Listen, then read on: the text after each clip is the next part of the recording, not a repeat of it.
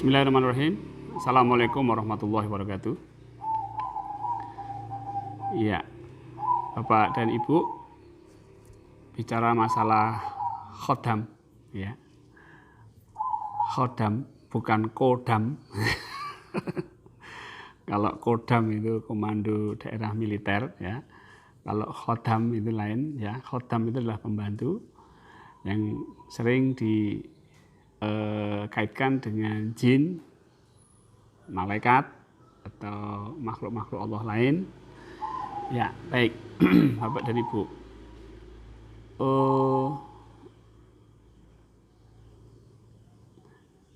Saya hanya ingin satu kejelasan aja tentang khodam ini. Ya, karena banyak kawan-kawan saya itu yang katanya punya khodam. Setelah saya tanya, pernah ketemu? Belum. Tahu wujudnya? Tidak. Ini terus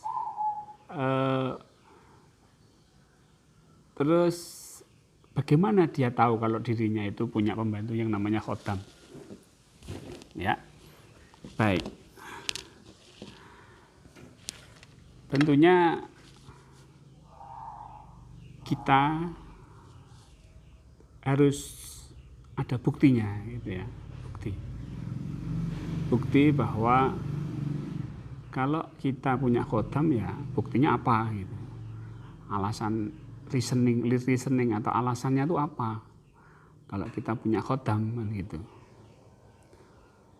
Dan sebenarnya untuk apa khodam itu kan gitu.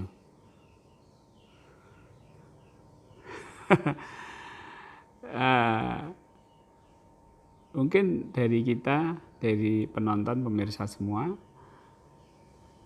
meyakini juga ya kalau punya khodam.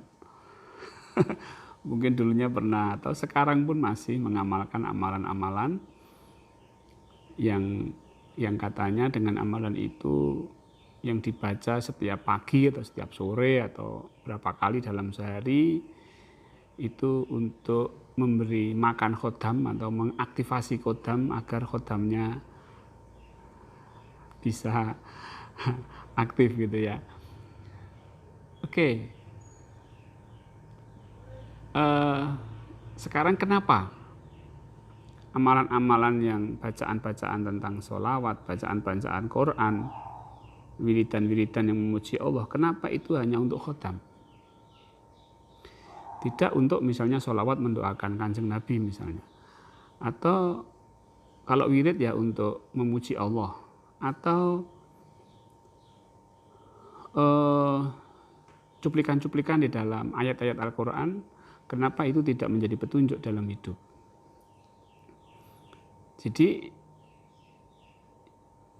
ya silahkan aja kalau punya khodam kan gitu kalau saya. Cuma pertanyaan saya itu untuk apa? Pertanyaan saya itu kenapa harus punya khodam? Pertanyaan saya kenapa harus pakai baca-bacaan sholawat? Pakai tulisan-tulisan Arab. Bahkan ada yang meyakini bahwa setiap huruf Al-Quran itu ada khodamnya. Sehingga kalau itu dibaca berkali-kali, khodamnya akan ikut membantu kita. Jadi ini perkara gaib. Perkara gaib, seharusnya kalau perkara gaib itu ya Allah sajalah tempat gaib itu kan gitu. Sebenarnya yang tidak gaib pun ya itu Allah. Tapi tempat gaib itu seharusnya hanya Allah kalau kita ini betul-betul beriman. Kenapa kita baca Al-Quran? Karena ingin mendapatkan petunjuk dari Allah. Nah itu kan dari Allah. Kenapa baca sholawat? Karena ingin mendoakan, memohon kepada Allah untuk Rasulullah. Kenapa baca wirid-wirid? Karena dengan membaca wirid ini saya memuji Allah. Jadi gaib itu Allah aja. Nggak usah ada makhluk-makhluk lain diikut-ikutkan gitu. Misalnya memanggil atau untuk mengaktifasi jin agar ikut, meminta bantuan malaikat, atau yang lain-lain. Ya, jadi gaib itu ya Allah itu saja sudah. Allah kan gaib. Ya kan? Ya sudah Allah aja sudah. Kurang apa sih Allah? Apa Allah tidak bisa bikin kebal tangan kita? Apa Allah itu tidak bisa membuat dagangan kita laris? Apa Allah itu tidak bisa menyembuhkan penyakit? Apa Allah itu tidak bisa membuat misalnya si A memiliki calon istri, ya, naksir cewek, kemudian Allah nggak bisa membuat cewek itu senang sama si A.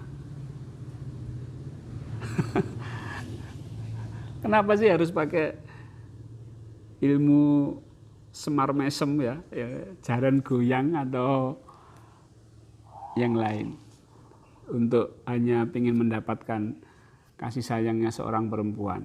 Apa Allah nggak bisa? Kemudian, apa Allah nggak bisa membuat dagangan kita laris sih? Kenapa harus pakai jimat ditaruh di atas dagangan? Kan gitu. Apakah kalau kita tidak punya jimat atau tidak punya bantuan gaib selain Allah, sedangkan tetangga dengan dagangan yang sama dengan kita katanya juga punya jin, terus kita kalah kalau kita percaya atau yakin kepada Allah, apakah Allah kalah dengan jinnya tetangga kita?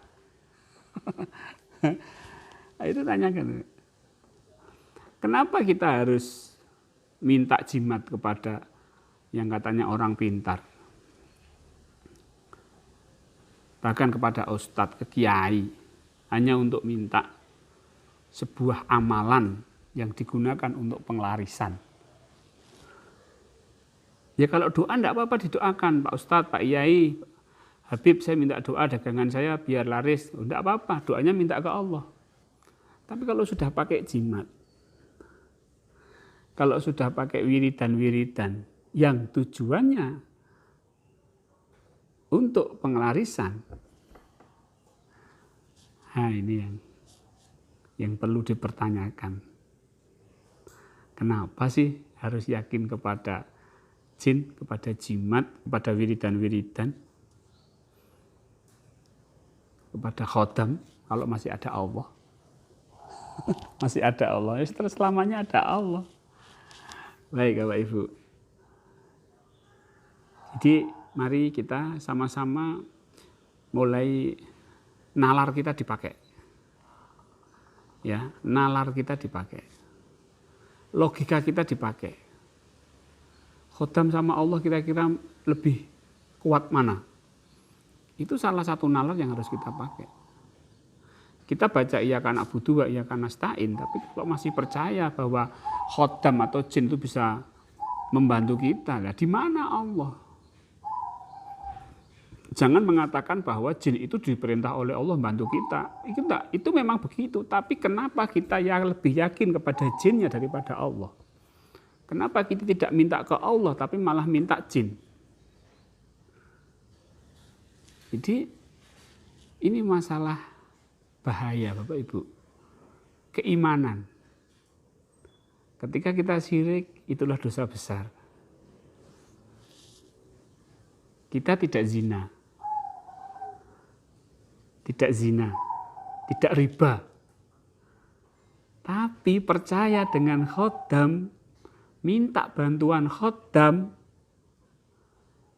ya sama itu dosa besar, menyekutukan Allah. Maka mari kembalikan akidah kita, iyyaka na'budu wa iyyaka nasta'in, hanya kepada Allah menyembah dan meminta. Demikian Bapak Ibu, mudah-mudahan kita diluruskan oleh Allah akidah kita dan kita diberi kekuatan untuk terus belajar menuju kepada Allah. Billahi taufik wal hidayah. Assalamualaikum warahmatullahi wabarakatuh.